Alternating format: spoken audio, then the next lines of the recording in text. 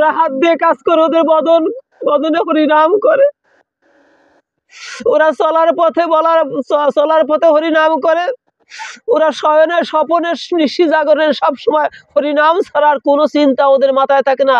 ওদের মাথায় কুচিন্তা, কুভাবনা, কুপ্রবৃত্তি কোনো কিছু থাকে না। তার কারণ কি?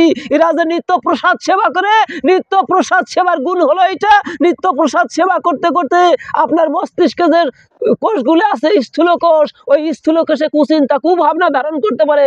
ওই স্থূল কোষগুলো যখন প্রসাদ সেবা করতে করতে সূক্ষ্ম হয়ে যায়, তখন ওই মস্তিষ্কে আর কুচিন্তা, কুভাবনা কখনো ধারণ করতে পারে না, আর পরের অনিষ্ট সাধন করতে পারে না। একমাত্র ভগবানের সেবা ছাড়া, ভগবান চিন্তা ছাড়া, ভগবত চিন্তা ছাড়া, সুচিন্তা ছাড়া কুচিন্তা ওদের মাথায় আসে না। ওরা জগতের মঙ্গল ছাড়া কোনো কিছু বোঝে না, জগতের কল্যাণ ছাড়া বোঝে না। ওদেরকে আঘাত করলে ওরা প্রতিঘাত জানে না। আজকে হরিদাস ঠাকুর কি করছে, বললো যে তোমার এই হবে যে এই 22 বাজারে ঘুরে ঘুরে ওকে চাবুকের আঘাত করো, আঘাত করতে করতে ওই যে বাজারে গিয়ে মারা যাবে ওকে ছুঁড়ে ফেলে দেবো। হরে কৃষ্ণ। এর যতক্ষণ পর্যন্ত মৃত্যু না হবে ততক্ষণ পর্যন্ত ওরা বন্ধ রাখতে পারবে না। এখন অর্ডার হয়ে গেল, ঠিক ওই পাঠান যুবকরা নিয়ে গেল হরিদাস ঠাকুরকে।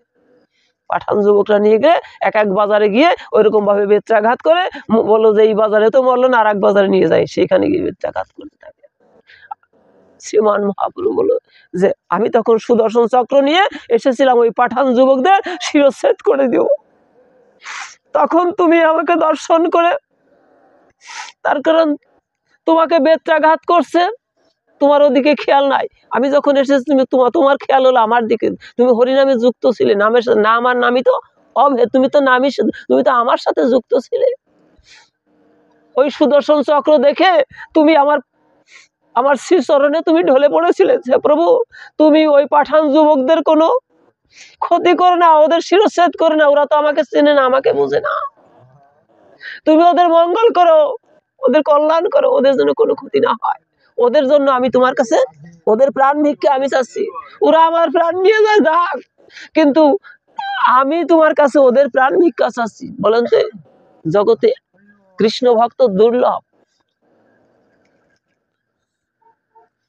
বলো যে আমার জীবন, ওরা আমার জীবন যায় যাকে দুঃখ, কিন্তু ওদের প্রাণ যেন না যায়, তুমি সেটা প্রভু। তুমি বারবার আমার কাছে অনুনয় বিনয় করে ক্ষমা চেয়েছিলে ওদের জন্য, তখন আর আমি কি করব? তখন আমি অনন্য উপায়, আমার কোনো উপায় ছিল না। একদিকে তোমার আবেদন, অন্যদিকে তোমার দেহ। একদিকে তুমি ওদেরকে রক্ষার জন্য আমার কাছে প্রার্থনা করছো, আমার চরণ বন্দনা করছো, সুদর্শন চক্র নিয়ে যাও, আর অন্যদিকে তোমার দেহকে রক্ষা করা। ওরা তোমাকে বুঝে না, ওদের তোমার দেহকে রক্ষা করার জন্য শেষ পর্যন্ত কি করলাম? আমার এই পৃষ্ঠদেশ পেতে দিয়েছিলাম।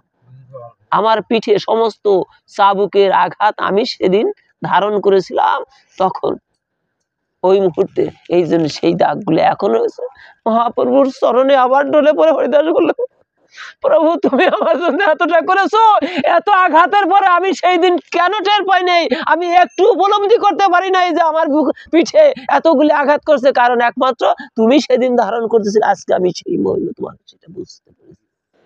তুমি এত পরম দয়াল, তুমি বান্ধব, আমার মতো অভাজনের জন্য তুমি এতটা করলে জগৎ সংসারে, এই সমস্ত আঘাতগুলি তুমি সহ্য করলে। ভক্ত বৎসল হরি, তুমি সমস্ত আঘাত সহ্য করলে আমার জন্য প্রভু, তোমার এই কোমল অঙ্গে আমার জন্য তুমি সমস্ত আঘাতগুলি তুমি দেখবেন। ওই যে যারা হরিদাস ঠাকুরের বাড়ি যান বেনাপোল পাট বাড়িতে, দেখবেন ওই পাঠান যুবকরা আঘাত করতেছে, ওই একটা ই করে রেখেছে, ওই সিনারি গুলো এখনো রয়েছে। যারা গিয়েছেন দেখবেন, যদি কেউ কখনো যান দেখবেন ওগুলি আছে।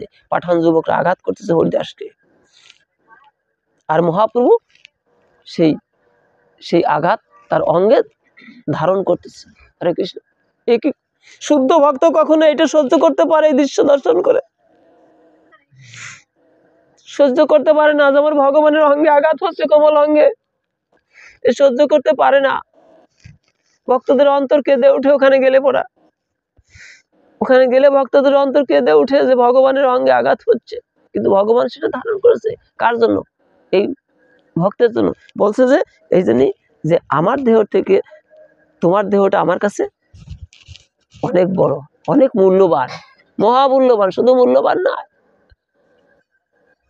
বললো যে প্রভু